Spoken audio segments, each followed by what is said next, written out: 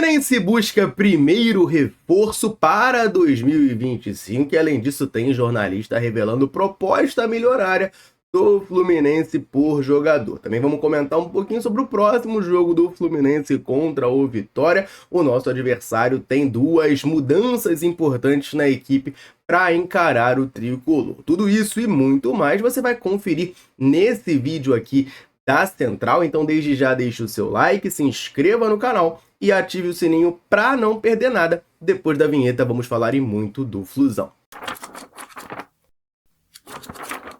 Atualização da rodada do Brasileirão. Teve jogo ontem à noite importante para o Fluminense na luta contra a degola e também na briga por uma vaga na Sul-Americana, por que não? O Vasco da Gama enfrentou o Cuiabá, que está afundado na zona de rebaixamento, e venceu por 1-0, afundando ainda mais o Dourado. O Vasco da Gama, com isso, né, é o time que está logo acima do Fluminense, está em 10º lugar, vale lembrar, o Fluminense é o 11º no Brasileirão. O Vasco chegou a 40 pontos no campeonato, enquanto o Cuiabá estacionou nos 27. O Cuiabá é o vice-lanterna da competição e a distância dele para o Vitória, que por sinal é o nosso próximo adversário, que é o primeiro time fora da zona, é de 5 pontos. Já para o Fluminense, Flusão botou 9 pontos de vantagem contra o Cuiabá.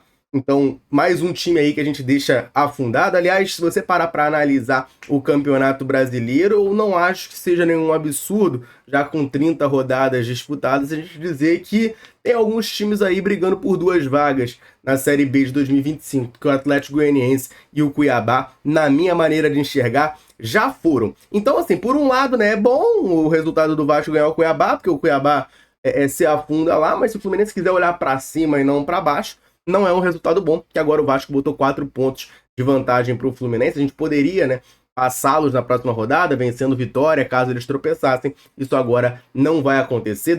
Ambos os times, né, têm a mesma quantidade de partidas. Os dois já têm 30 jogos, então não estão devendo nada. O Fluminense vai precisar de 2 tropeços, portanto, do Vasco da Gama para ultrapassá-los na tabela. Agora uma pausa rápida aqui nesse vídeo para uma informação muito importante que chegou até a mim nesta semana. Você sabia que 79 veículos são roubados por dia no Rio de Janeiro?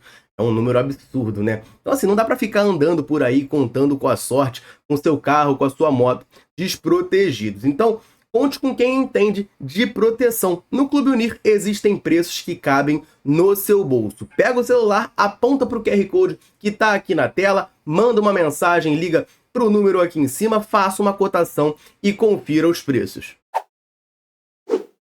Continuando a falar do Brasileirão da rodada, o Fluminense encara o Vitória amanhã, sábado, lá no Barradão, em Salvador. E o nosso adversário tem 2 mudanças, vamos dizer assim, para essa partida. Se por um lado eles contam com o retorno do Alejandro, artilheiro da equipe no Brasileirão, com 7 gols, por outro tem zagueiro desfalcando a equipe. Vamos lá, o Alejandro volta à equipe do Vitória após ter ficado de fora do jogo contra o Red Bull Bragantino. Para eles, então, isso é uma boa notícia. Repito, ele é o artilheiro do Vitória no Brasileirão com 7 gols, né? Sem ele, o Vitória estaria numa situação muito pior. Ele não pôde jogar contra o Bragantino, por quê?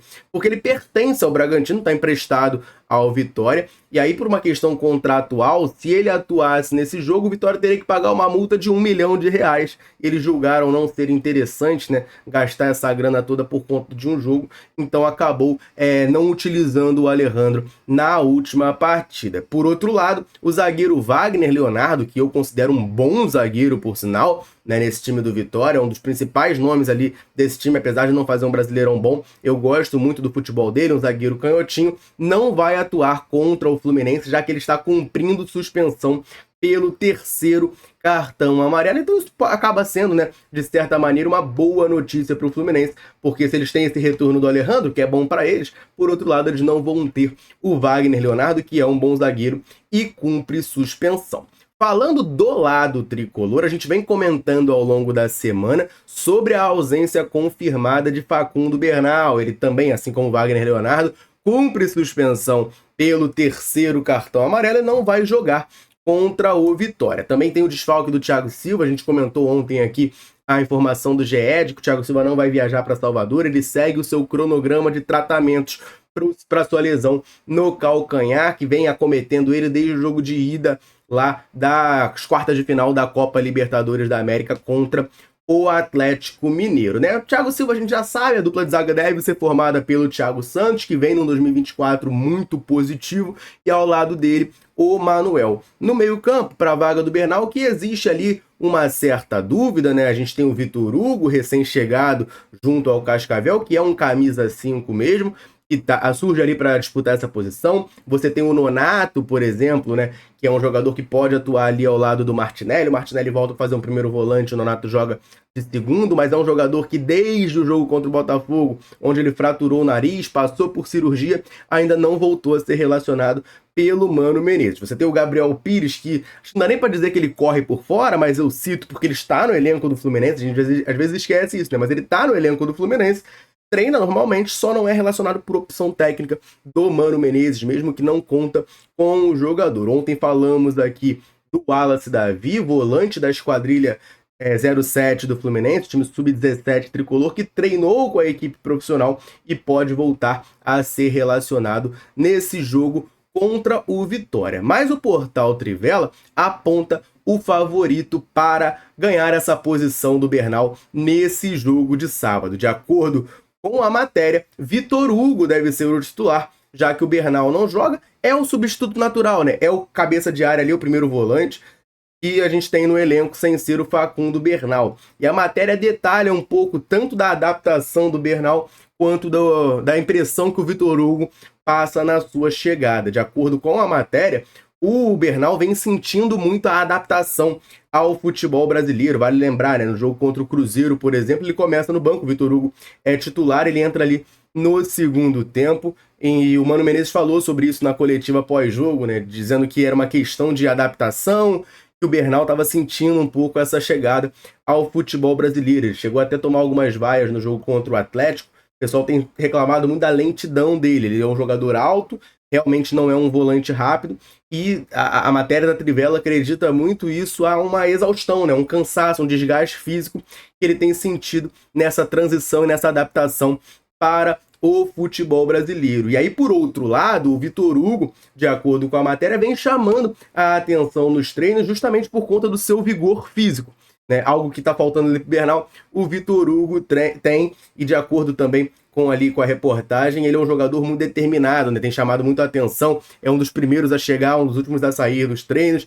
tem se dedicado muito, tem agarrado, né, essa chance que ele tem no Fluminense com unhas e dentes, deve ganhar essa oportunidade como titular contra o Vitória. E vale lembrar, né, ele tem contrato com o Fluminense até julho de 2025, ele está emprestado aqui no Tricolor e tem uma opção de compra dita como baixa, né? A gente não sabe o valor exato, mas não é um valor alto da opção de compra do Vitor Hugo. Então, ele agarra com toda a força nessa oportunidade que ele tem aqui no Fluminense e deve ser o titular do Flusão na partida de sábado. Eu quero saber, claro, de você ligado aqui na Central, tua opinião. Quem você botaria de titular no lugar do Facundo Bernal para esse jogo contra o Vitória? Comenta aqui pra gente trocar aquela ideia. E tem jornalista turco revelando valor milionário oferecido pelo Fluminense para jogador. A gente sabe de toda a novela envolvendo o John Arias, que recusou uma proposta de renovação do Fluminense no meio do ano, depois de ficar insatisfeito com o tricolor recusando uma proposta do Galatasaray da Turquia. Falamos ontem aqui sobre a notícia de um outro jornalista turco de que o Galatasaray já estaria negociando para tentar levar o John Arias em janeiro para lá. E agora é a vez do Kagan Dursun, jornalista turco também, para trazer detalhes, né, sobre o salário que o Fluminense ofereceu para o John Arias nessa proposta feita na última janela. John Arias recusou essa proposta.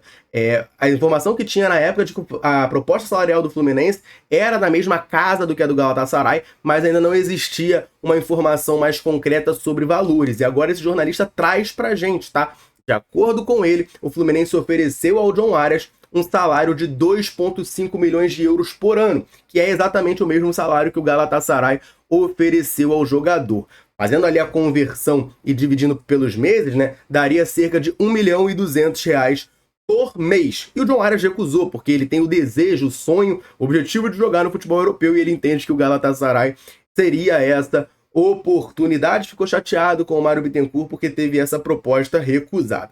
De acordo com esse jornalista, o Okan Buruk, que é o técnico do Galatasaray, ainda quer muito o John Arias e o Galatasaray vai voltar à carga pelo jogador nessa janela de janeiro. Então a gente vai aguardar as cenas dos próximos capítulos, mas o Galatasaray surge como um grande interessado na contratação de John Arias, que até o final do ano segue no Fluminense, segue nos ajudando muito nessa luta contra o rebaixamento e quem sabe, né, por uma vaga, nesse momento ainda improvável, na Copa Libertadores da América de 2025.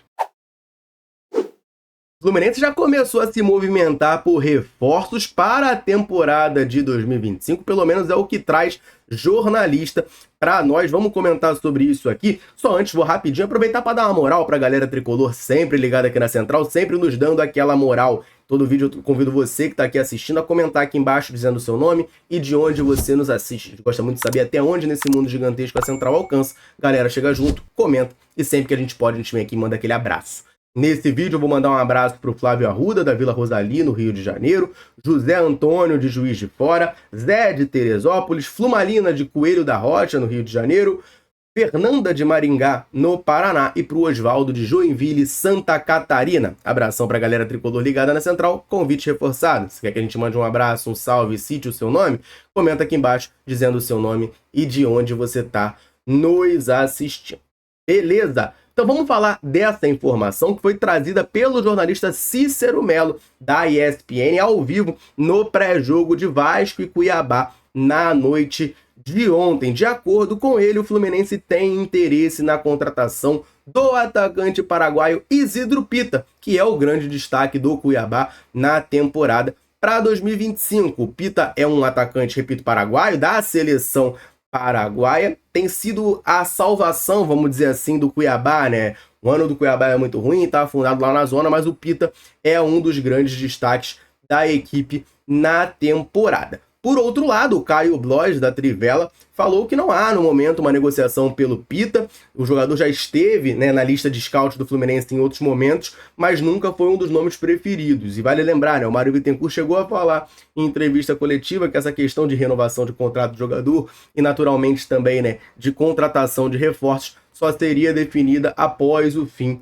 do Campeonato Brasileiro. Mas, segundo a informação do Cícero Melo, não existe uma proposta do Fluminense, existe um interesse, uma sondagem, o Fluminense querendo entender ali um pouquinho da situação do jogador, da situação do Cuiabá, o quanto que eles gostariam de receber pelo atleta, se teria interesse do Pita em vir para o Fluminense, uma situação mais embrionária, né? Aquela consulta ali, a sondagem.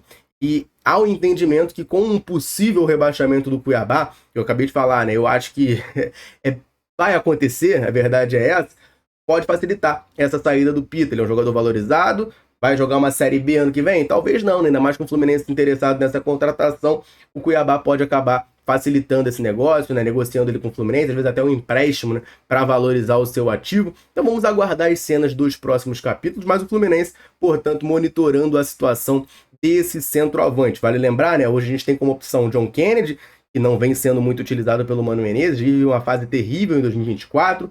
O Lelê, que está machucado, está retornando de lesão. Tem o Germancano, que voltou a fazer gol, mas tem um 2024 muito abaixo. E o titular é o Cauã Elias, a gente já comentou algumas vezes aqui ao longo das últimas semanas, está atraindo também muito interesse do futebol europeu. É outro jogador que pode acabar sendo negociado na próxima janela, então o Fluminense entende que precisa contratar um centroavante, um camisa 9, um fazedor de gols, e aí nesse cenário surge, de acordo com o Cícero Melo, o nome de Isidro Pita do Cuiabá. E eu quero saber de você ligado na Central Fluminense, o que você acha desse nome? O Pita seria um bom reforço pro Flusão?